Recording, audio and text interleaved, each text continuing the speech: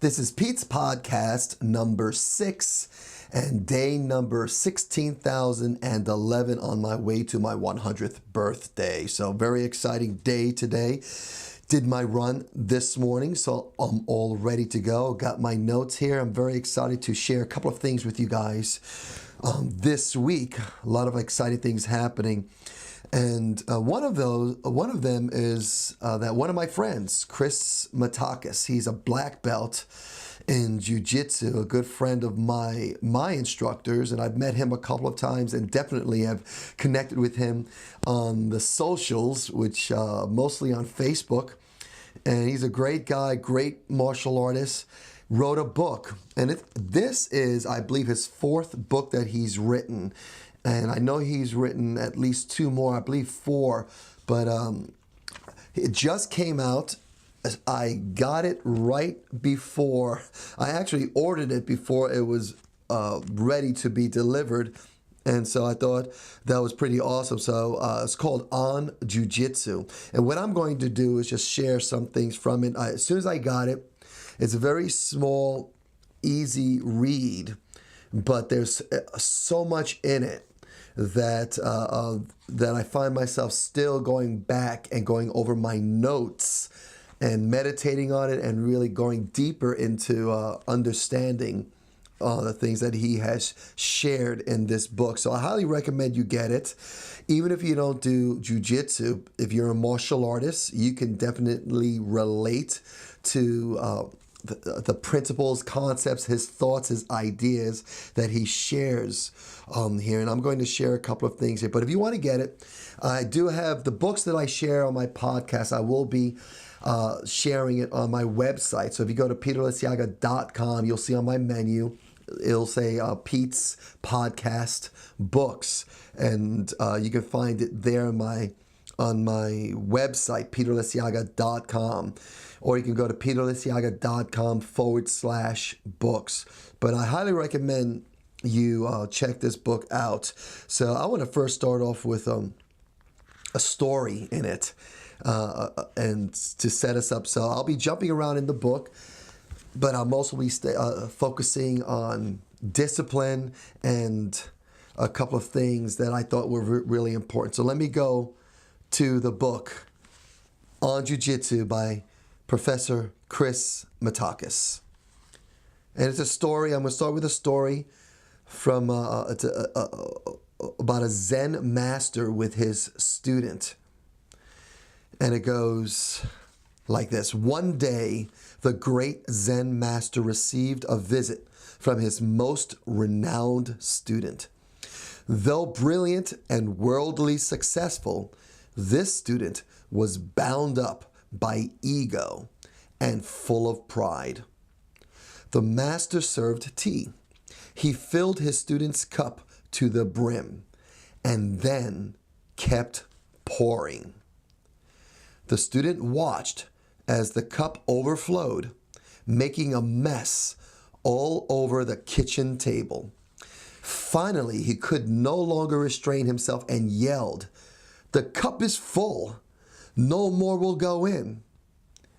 Calmly, the master set down the teapot and said, "Like this cup, you are full of your own beliefs and opinions. How can I show you Zen unless you first empty your cup?" Now, I love this story. I heard the story many years ago, and I know Bruce Lee referred to this story when he said that before I can teach you, you must first empty your cup.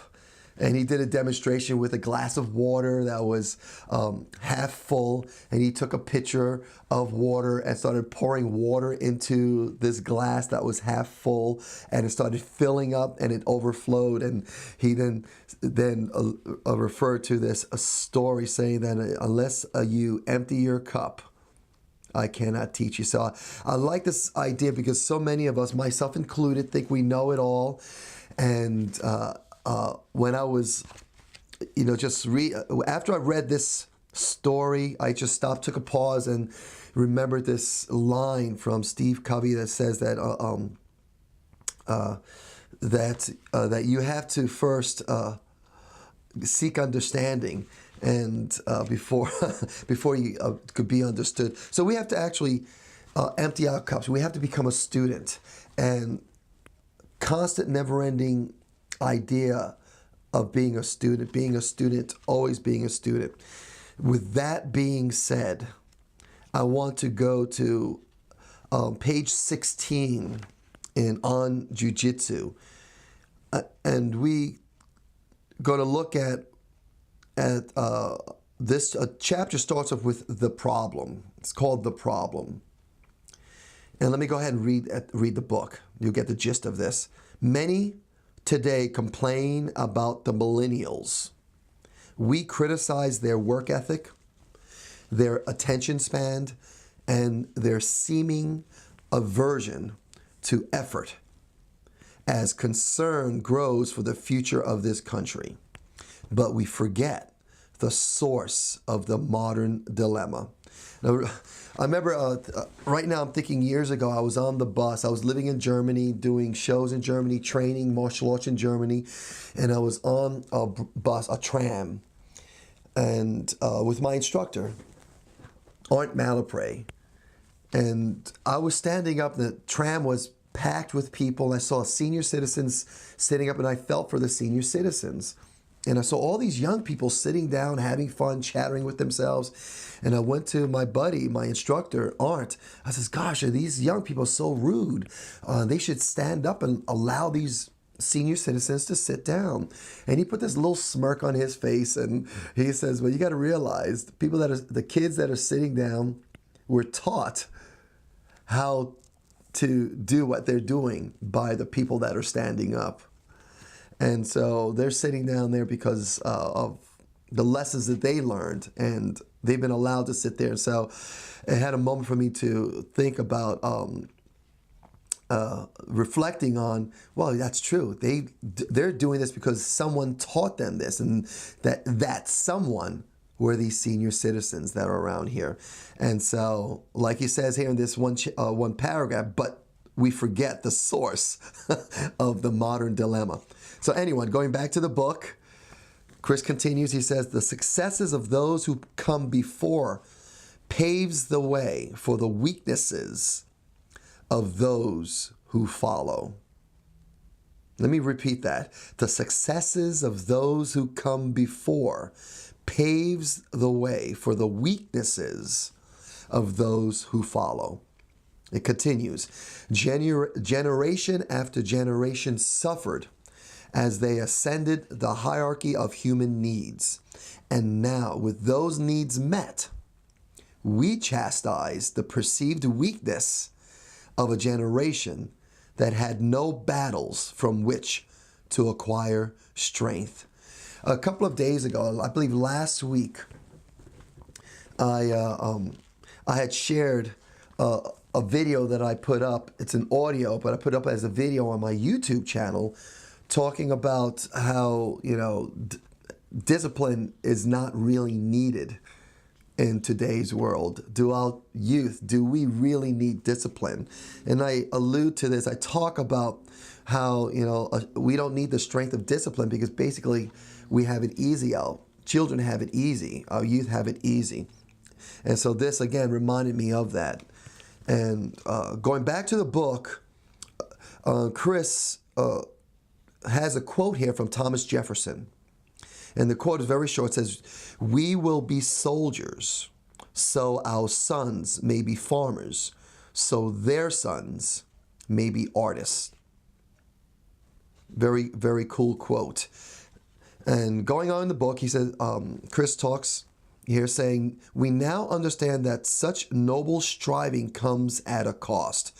Without the need for exhaustive labor and sacrifice, our environment does not force us to develop the virtue our highest selves require. We no longer hunt or grow food for our survival. Purified water is pumped into our homes, which heat themselves. These are gifts from those who came before us, But these comforts come at an unseen cost. The organism is shaped by the environment, and the environment is shaped by the organism. They go together, so much so that the philosopher Alan Watts combined the terms organism, environment. They are inextricably linked. The fate of one rests with the other. And it continues here, in this modern world of convenience in which our basic needs are met with minimal effort as we enjoy pleasurable distractions in abundance, we settle into the weakness which our environment allows. And he adds another quote from Dean Karznazes. I hope I pronounced his last name correctly. But the quote says, somewhere along the line, we seem to have confused comfort with happiness. Continuing in the book, this is what Chris continues to say. Since our environment doesn't demand our strength, we must ask it of ourselves. And I added my note here, or our discipline. So in other words, I said to myself, gosh, our environment doesn't demand our strength or our discipline. And so we're living in a world where, like I said a couple of weeks ago on that audio, that YouTube video that I put up, and I suggest you go there. I'd love to hear your comments on that, how we really don't need discipline. We live in an environment right now that everything is there for us. We don't have to really hunt. We could go to ShopRite or go down to the grocery store and get what we need, the milk. Whereas one time, people would milk a cow to get the milk. The eggs, we would have to wait for our chickens to lay the eggs. We just go to the shopping center, to ShopRite, and get all this food. We don't have to hunt to get meat to eat. It's all there for us. And our environment doesn't really, challenge us to have the discipline to go out. We don't have to fight. The other day, yesterday, and I'll share this book in the future. A book was given to me by one of my parents at our karate school. Gave me this book that was written by, I believe, their great grandmother, and she had written this book when she was 80 years old, and it took her 3 years to write it. And she wrote it sharing about her upbringing going in the 1800s when they were homesteading.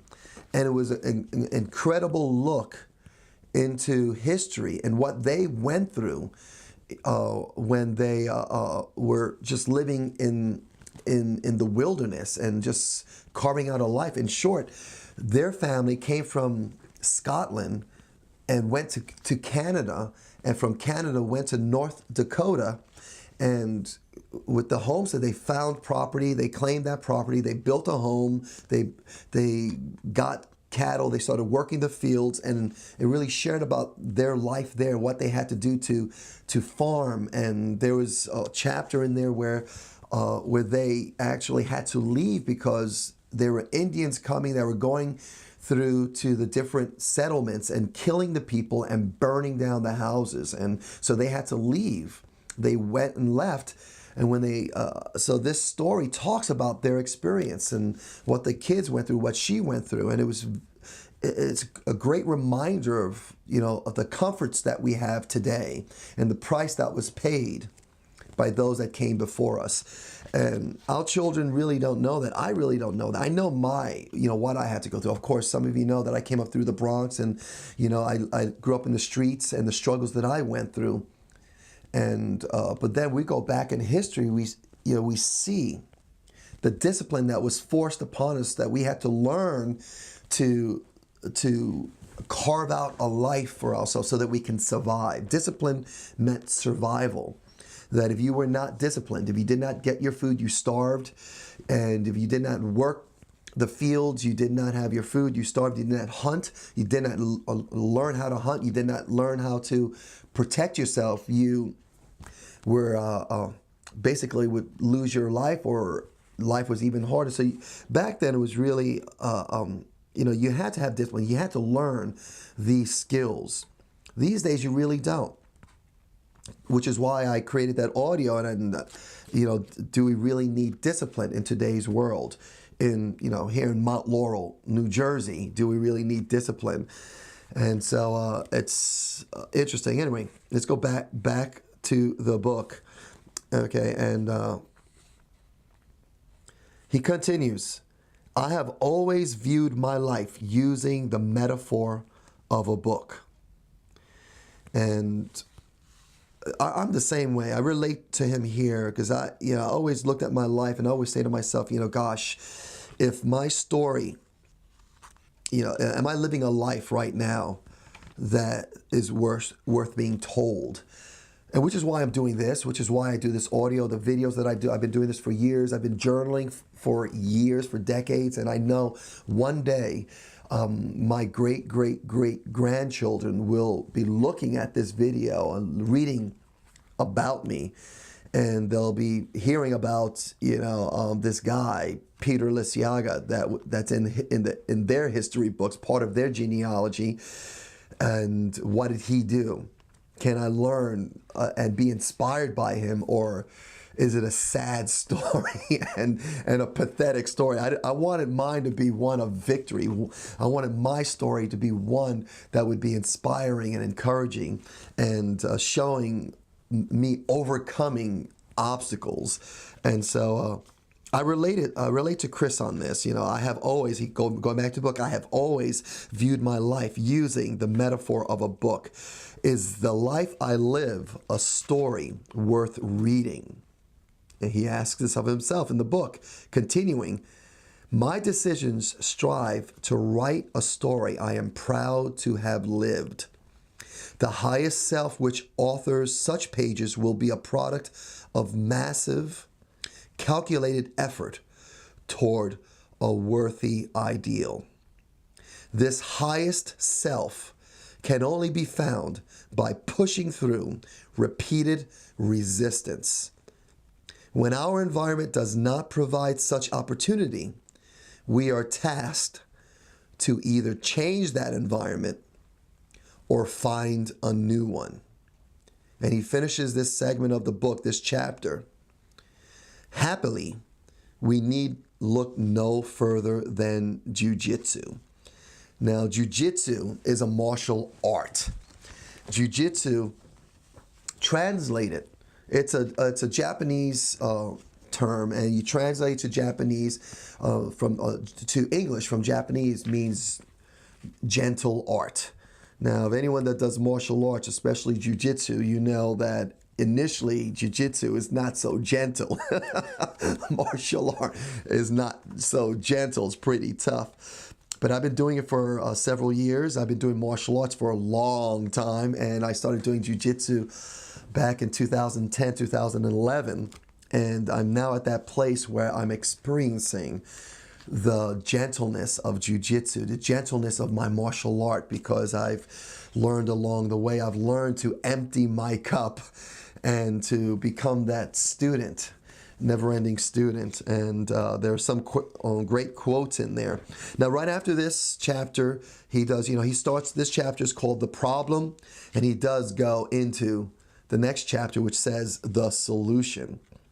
And he does talk about martial arts, specifically Jiu Jitsu, being that solution, being that environment that you go into that can challenge you to develop discipline so that you can survive. And a real quick line from the next chapter says, our goal must transcend the martial art and enter the art of living. And so martial art for me is an art of living. And so I just wanted to share that bit from Chris's book on Jiu Jitsu, because everyone can relate to this, especially if you're a martial artist. You may not do Jiu Jitsu, but I highly recommend everyone train in Jiu Jitsu.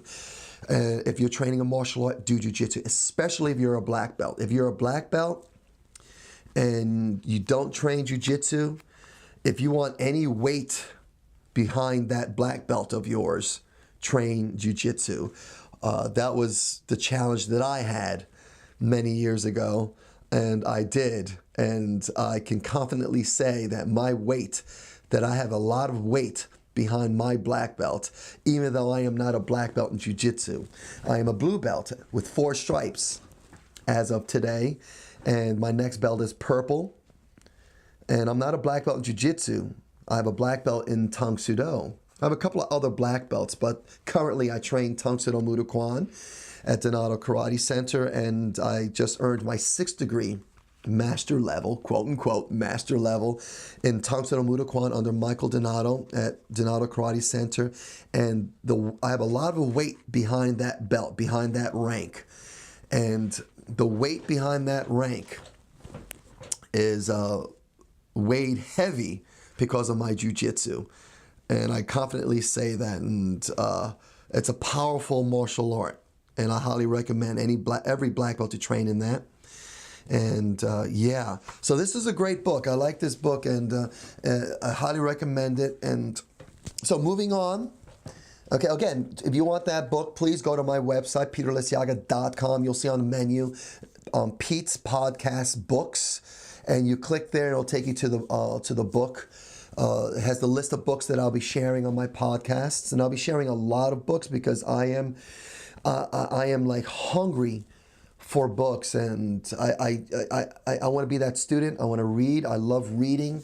I know many of you, not many, but well, many of you do read. I know a few of you are not into the reading because you learn, maybe your time, whatever, but it's on audio. You could go audio. Now, this book is definitely not on audio. Professor Chris does say that he will get it on audio in the very distant future. Obviously, Professor Matakas is working hard, living his life, and he wrote the book, got it out of his system, and he's moving on and building his school. I believe he's got a new school that he's opening up, a jiu-jitsu school. I think it's up in the Princeton area. Look him up. He's worth looking up. Connect with him and reach out to him.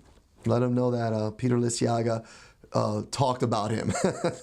And that'll be funny. But yeah, so if you want the book, go to my website, peterliciaga.com. Get it. Okay, let's go to my next segment here. I have it here, a Get It Done segment, the Get It Done segment. Now, after reading that book, keep it simple. Get disciplined. Get it done. Okay, figure out what you want to do and get it done. And do you need discipline?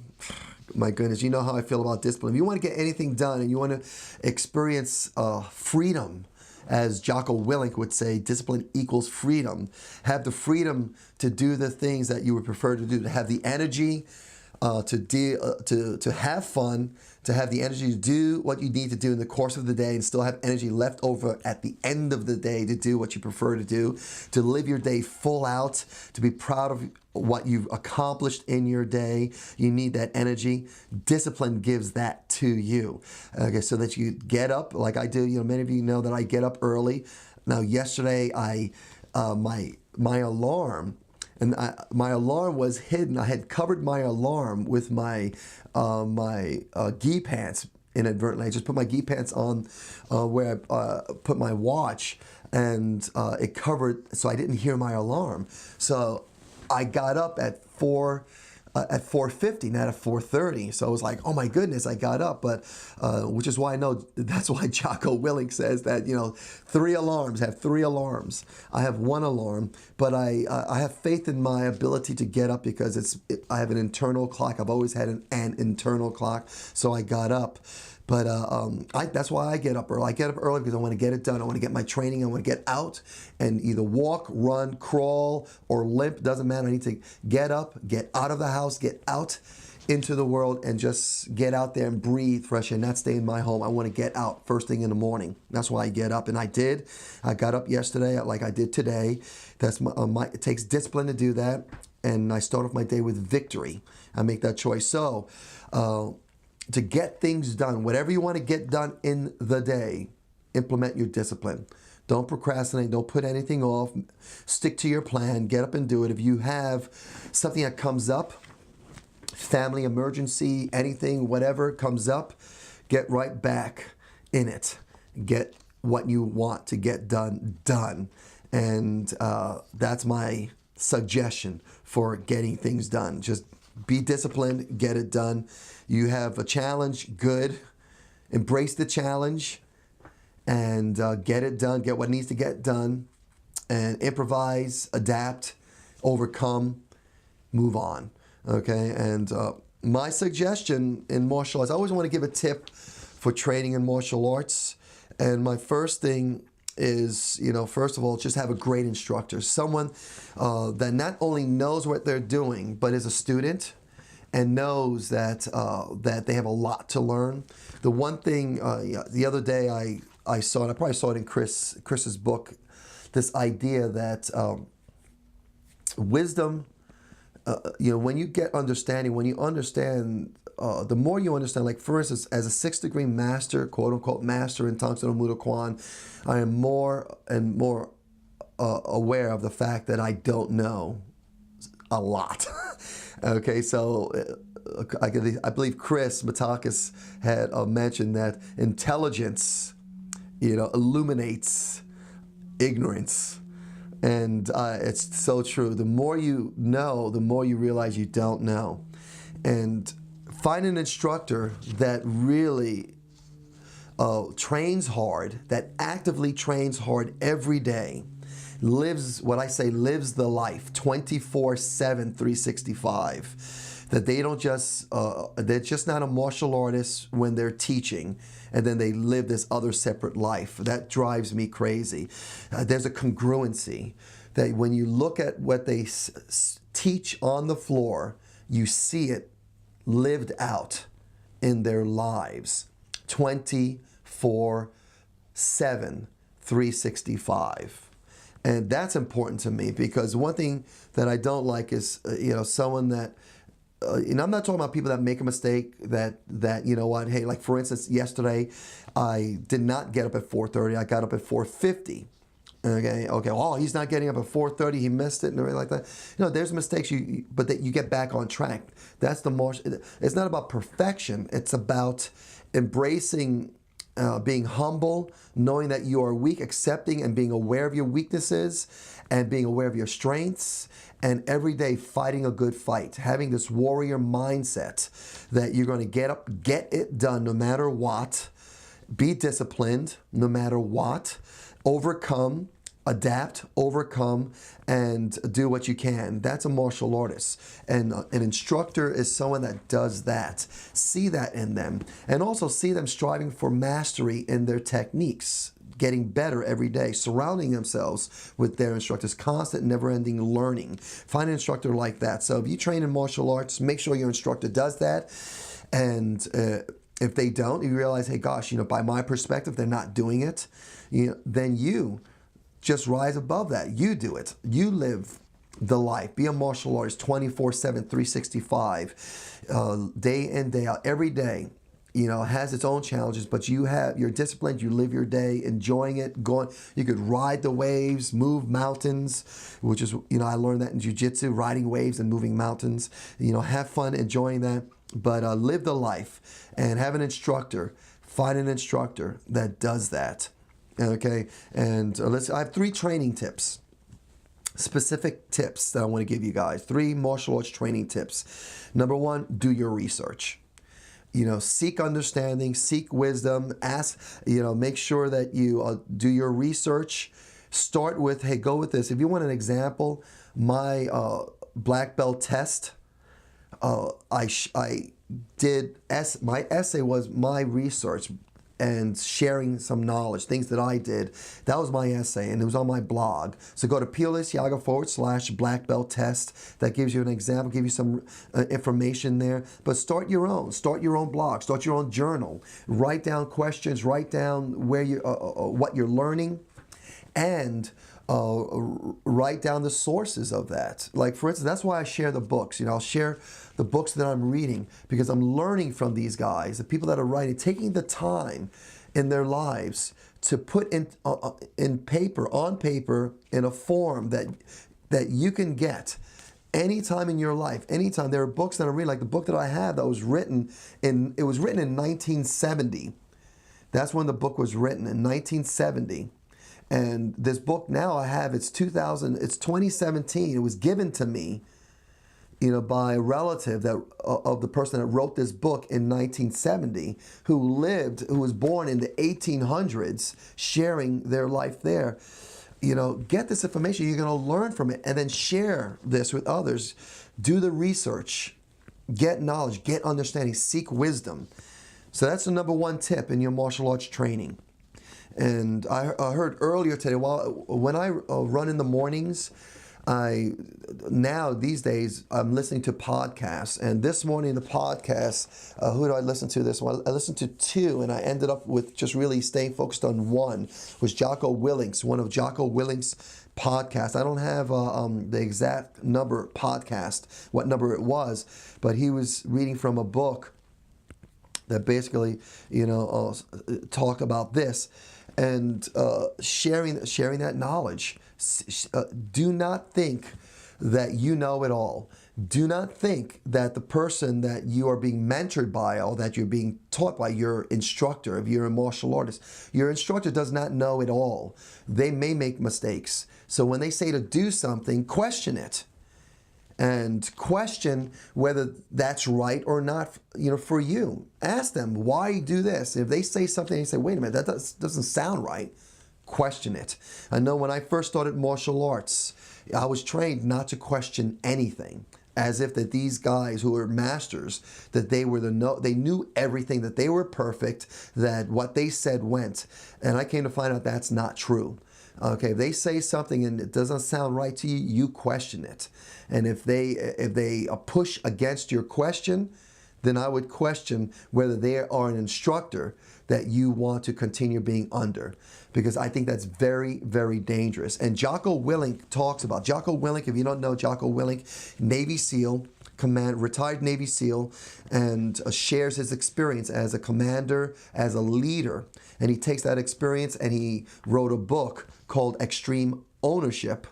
And he takes what he learned as a commander on the battlefield and applies these lessons in business, and these principles and these concepts of being a leader. And one of them was simply this: do question. If your leader, if your instructor tells you to do something that you believe, gosh, is not right, does not sit well with me, you question it. And if they continue on that path and it goes against your core value, then you need to stand up to that. Okay, because if they are really, like, for instance, if I say something that you say, wait a minute, Peter or Master Liciaga, why did you say that? I want to stop and say, my goodness, they're questioning me on this. Let me stop. Let me go back and let me think about what I just said. And maybe I did not make myself clear enough. Maybe I did not communicate clearly. Maybe I have to maybe restructure what I'm saying, or change, maybe adapt, or maybe I'm just wrong. Maybe they're right. Maybe there's something wrong with what I'm saying. Maybe I need to make an adjustment. Now, the book that Jocko was referring to, I'm just thinking that was a book that was written for the British military. They have a school that the military go to. It's equivalent to our West Point. And they have this book that is on the bunk of every candidate, any student that comes to that school. And in this book, there's advice from the great generals, the great warriors in their history, talking about leadership. And he read from the 1957 version of that book. And he had he got the 1957 version, and he also has the version that is currently given to those students in that military academy. And he purposely read from the 57 version because in it was someone that was giving advice to the soldiers, to the future leaders of the British Army, that they eventually came to find out was false. And they took him out and realized it was bad advice. And that advice was that when you're told to do something, when you're given an order, and that order goes against, is not right, even if that order is not right, you are to follow that order. They came to find out that is not true. You do not do that.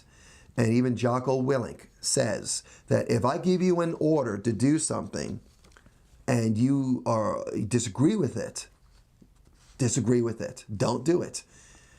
And he referred to another book about World War I. In World War I, this one book that he had shared spoke about how they would go over a ridge, and they were like 7,000. In this one segment, talking about 7,000 Americans or allies were killed because they were going over, and they continued to go over knowing they were going to get killed. And they're saying no, there had to have been a better way. So, there were two waves of soldiers that went over this ridge. The first wave, they went over and they were mowed down by these machine guns. So the second wave of soldiers went over, or were ordered to go over, knowing what had happened to the previous soldiers. So they went over. And then the third soldiers, knowing that they were going to be mowed down, the first set of troops killed, destroyed, mowed down with the machine guns. Second set of troops mowed down. And here's a third troop being ordered. And here's the commander, the leader in charge, given the command, your group is next. You're going to go over the ridge at such and such time, and that's your order. Him knowing that he's going to order his men to death, that he's going to send them to death. And he did it. And the men knowing they're going to go over the ridge to certain death. And so, no, if you know that that's the situation, it's a bad order, bad choice, stand up to it. Say, wait a minute, sir, there's something not right here if we do this. And then hopefully, if it's a great leader, they would stop and say, you know what, let's stop this. There's got to be a better way. Let's reevaluate our strategy, and let's change it, because it's not a good one.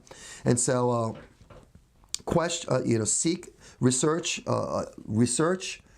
do your study, understand, get that knowledge, share that knowledge, because you learn from that. And those are a lot of examples I just gave you, which then so my first one is do your research. My second one, again, ties into that first one. Ask your questions and seek understanding, because lives do depend on it. For your family, for yourself.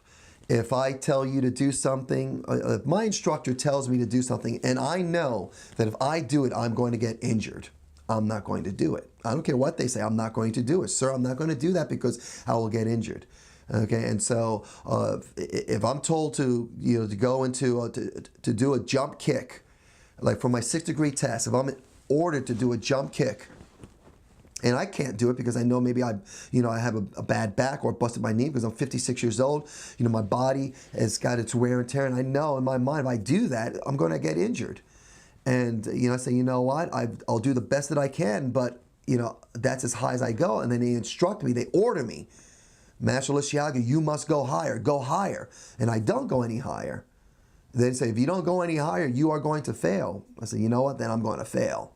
Okay, but I'm not going to go any higher. So you have to, and I know this from learning, from seeking understanding, and being confident enough, knowing my discipline, knowing that I push myself, seeing qualifiable results or qualifiable statistics. Like I get up in the morning, I know what I do. They know, people know what I do, and so it's not like I am shirking hard work. I'll work hard, but I'm not going to be stupid. I'm not going to be, dumb and put myself in harm's way, knowing that something is going to happen. So it's very important. So ask your questions, seek understanding, get enlightened, get wisdom, and learn.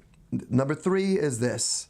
You got to get on the mat and train. I can confidently say to a leader, if I don't agree, I don't agree.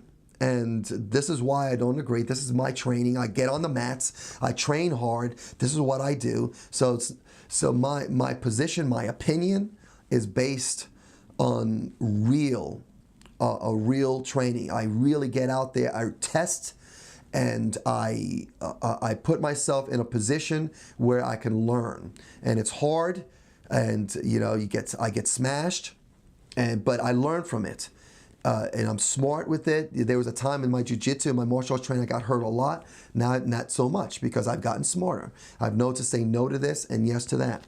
And so get on the mat. That's where you learn. And I wrote here my notes as I wrote down this last tip. I wrote down under the right martial arts teacher. And I'm talking about martial arts, but it could be anything else. Under the right teacher, okay,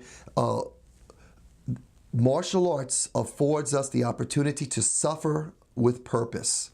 So when you train with the right teacher in that environment, they stress you, they push you beyond your limit. It's hard, it's rough. You could feel the suffering of that.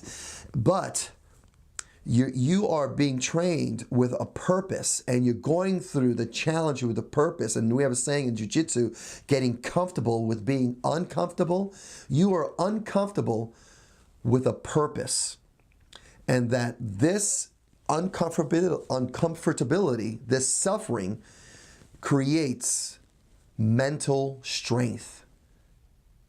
Creates this this term that I learned many, many decades ago in martial arts, which you hear very little of today, this indomitable spirit, this strength, which, like any skill, has to be practiced. And this only happens, I know as a martial artist, training in jiu-jitsu, only happens on the mat.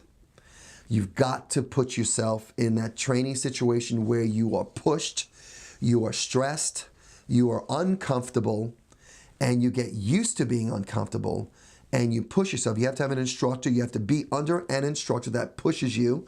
Of course, you're going to build intelligence with this, but you've got to go. You've got to be the student that empties your cup and says, I've got to learn. What is it that I don't know? I need to find out.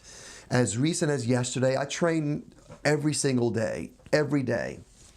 And I do jiu-jitsu 5 days a week, and I do this noontime at McHugh BJJ, noontime Monday through Friday. Now, if I miss a day, it's for whatever reason, but my goal is noontime every day because he offers it. Every day, noontime jiu-jitsu. And I do live rolls. That means after doing an hour of technical training, going over whatever we're going to go over, we stay for another up to an hour of just doing 6-minute rounds, sparring for 6 minutes, what we call randori. And it's just going through, rolling with someone, and you guys just trying to choke each other out, break each other's arms. But of course, you will tap out before the break. You'll tap out before you pass out, okay? But you go hard. And you go with guys that are heavier than you, that are faster than you, that maybe are lighter than you, that are slower than you, more technical than you. Doesn't matter. You go against these guys or gals that are going to challenge you. They're going to get you uncomfortable. And it's in those moments that you learn. In those moments that you realize, gosh, I didn't know that. You put me into an arm lock. I had to tap. I couldn't get out. Why? What happened? Or I got to a situation that I felt like I was being smothered. I was panicking, and I got very uncomfortable, so much so that I freaked out, and I tapped out. And I'll tell you, there's one, I pretty much roll with everyone, and I'll be honest with you. Let me be honest right now, and there's one guy that when I see him on the mat, I have fear because when I roll with him, I get crushed, I get smashed. And I've had several injuries with him, and I have injuries now that I'll live for the rest of my life with. And I have extreme fear with this guy. And when I do roll with him, it's my whole goal is to confront my fear because I know, and I'm sure it's psychological. It's all in me, and it takes discipline for me to say I'm just going to roll with this guy. I'm going to get smashed. I'm going to be ready to tap out, and it's going to be painful. And when I see him on the mat, I can feel my emotions. I can feel my psychology, my psyche get almost psyched out. And so when I do roll with him, it's a major accomplishment. And I do tap out. He smashes me. There's right now, in my mind, there's nothing that I can do to overcome that.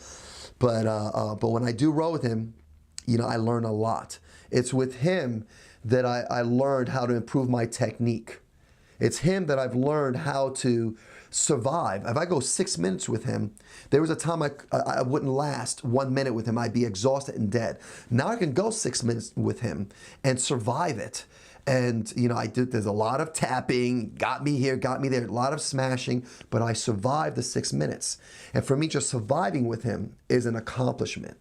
Right now, for me, just to sit with him and say, yeah, okay, let's roll, that's an accomplishment with me. And so, but that happens on the mat. And so my tip, again, let's go back. My tip is get on the mat. You got to be on the mat and train. I have instructors, that people that I know that are teaching that really don't get on the mat. I think that's having a disservice to your students. And I believe, let me put it this way: if I'm not on the mat training hard, getting learning, and seeing where I need work on, like in other words, where my weakness is, getting my weaknesses exposed so that I can strengthen them and know how I could overcome them. If I'm not doing that, constantly on a weekly basis, okay, I am doing a disservice to my students. Because if my student comes to me and says, okay, what works, what doesn't work, and what happens if this situation happens, I have to give them a real answer. And I could give them a theoretical answer, but I want to give them an answer that, look, I know when I'm in a situation like that and I'm feeling this and this is what's happening, this is what I did and this is what worked. So let's recreate that situation. Let's give you some options. Now go. And if an instructor's not doing that to themselves, they're not fully serving their students. Okay, and also with that as well being said, if an instructor did it 10 years ago or 5 years ago, does it work today? Especially with YouTube. You have people going out, if you talk about a self-defense situation, there are people, bad guys, watching YouTube just like the good guys are watching YouTube. The bad guys are seeing, the grappling and seeing what works and what doesn't work, just like the good guys are doing it. And so the chances of you, confronting a bad guy that has experience with grappling because they've watched YouTube videos or they've even trained, it's likely. And so what's your instructor, what am I doing today to take what I've learned over the last 40 plus years that's relevant and usable, practically executionable today? And have I tested it today? And so that's what happens when you get on the mat. So instructors, you got to get on the mat. Teachers, you got to get on the mat. Okay, just because you wear the belt doesn't necessarily mean you know it all. You don't know it all. I don't know it all. 6-degree master instructor, started my journey in martial arts 47 years ago. I do not know it all. I could get on the mat today, which I am going to do. In a couple of hours, I'll get on the mat. And I'm going to tap out because someone did something to me that I did not have an answer for.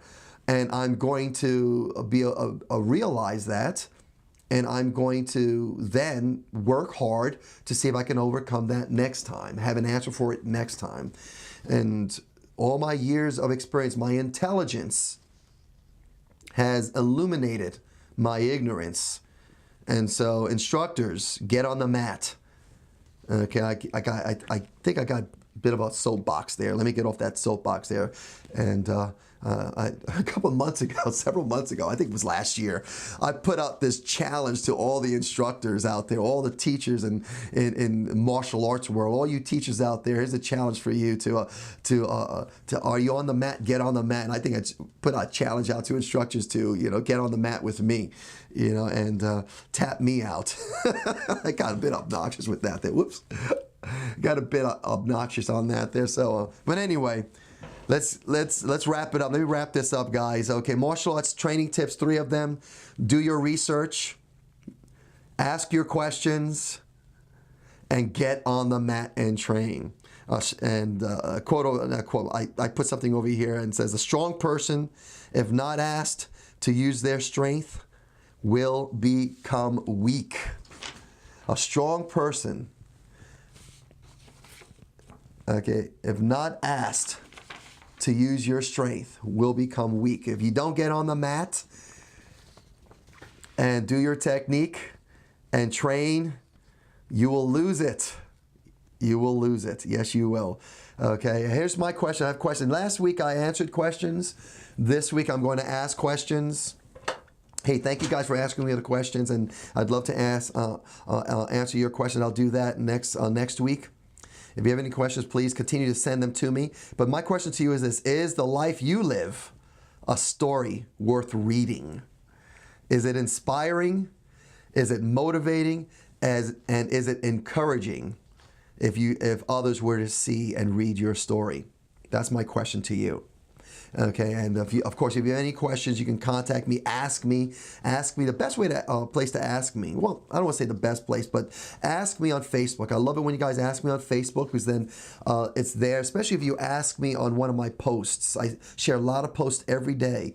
So within Facebook, you can ask, and then we create that feed where others can then benefit from the question and answers, and they could even share their answers. I'd love to hear feedback from other people and their answers, because I don't know it all. I'm just sharing, my opinion, my perspective based on, my life experience. So share. I'll ask you questions on Facebook, Instagram, Twitter, or Snapchat, but I prefer, Facebook. You can private message me. You can send me an email at peter@peterliciaga.com. But ask your questions. Keep asking those questions. I love the questions because it really causes me to pause and think.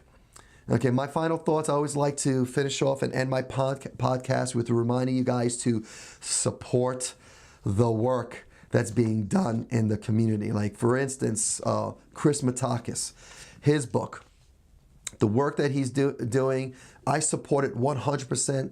And I want you guys to encourage you guys to read his book. That's my way. So go to peterliciaga.com/books and get the link to the book. Look at it. It's like $10. It's very inexpensive. You get $10, and it's like the cost of 2 cups of coffee, 2 beverages for many of you guys. Just 2 beverages. Get this, and get it, especially if you're martial artists. And definitely, if you train Jiu Jitsu, get the book. Okay, so whatever information, anything you have, people that are doing work in your community around you, share that. Share the links. Share it on the social networks. Share it on Facebook, Instagram, wherever you are. Share with links. Please share. And next thing, martial arts. If you're a martial artist, check yourself. Are you doing all that you can to get it done? Are you disciplined? Are you training every day? And doesn't have to necessarily mean getting 100% on the mat every single day, but it could be. It could mean just doing something to build yourself up as that martial artist, from research to getting on the mat to going to the gym to getting out and doing road work, whether it's walking to running, doesn't matter, getting in a gym, doing strength training, getting with a coach, a mentor, holding yourself accountable. Do something, join a martial arts program, get it done. If you haven't joined a martial arts program, I highly recommend you get into a martial arts program, because it's there that you're going to be challenged to be disciplined. And of course, I truly believe discipline equals freedom. Discipline will free you from the vices that you have, from the bad habits that you have. Discipline will overcome that. If you have bad habits in your life, discipline will solve that. Being in a martial arts school where discipline is a given, it's a purpose, and building you up to be the best person you can be is really the end to a martial arts program, period. That's an environment that has been designed to create a better you. So go to a martial arts program, sign up. If you're in Mount Laurel, come to Donato Karate Center, because I'm there. get good program because I'm there. Or if you want ground skills, you want to get to that Jiu Jitsu and learn about breaking arms and choking people out, the gentle art of Jiu Jitsu. I highly recommend you go to McHugh BJJ. That's where I train.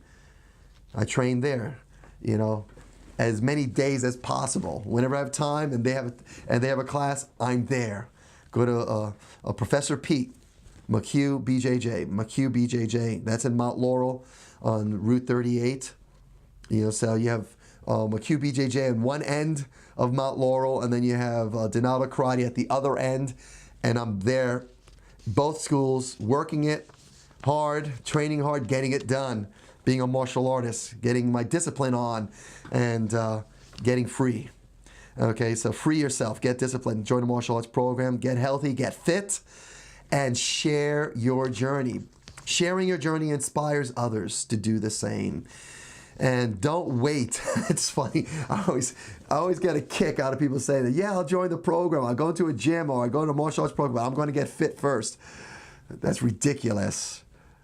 You're not fit because you don't go to a gym. You're not fit because you don't have the discipline. You're not fit because you're not getting it done and going. Empty your cup, guys. Be humble. Admit the fact that you need help, and get rid of that pride. Humble yourselves. Get disciplined. Get under someone that's disciplined so they can expose your weaknesses, expose the truth. Put your truth out there. Share it. Now, if you share your journey, everyone's going to realize, gosh, you're just like me. Like I'm telling you guys, yesterday I woke up late. Okay, albeit it's 4:50, but my goal is to get up at 4:30. I didn't. Okay, what did I do? I got up anyway, got back on track, and today I got up 4:30. I got right back on track. We all mess up. We have a plan. The other day I couldn't make it to Jiu Jitsu because my day redirected me. I did what I had to do, and I'm back on track. We all do, but we share that journey. We let others see that we're fallible. We're not perfect, but we fight a good fight and get back on track. That's discipline. Discipline is basically you teaching your self-discipline. So you teaching yourself to do the right thing, whether you feel like it or not. When you get off track, get back on track. It's that simple. Okay, and then let me know what I can do to help you guys out. I appreciate you guys giving me the time, spending this time with me. I really, really do appreciate it. Okay, guys. So until next time, take care. Live your day full out. Life is too short.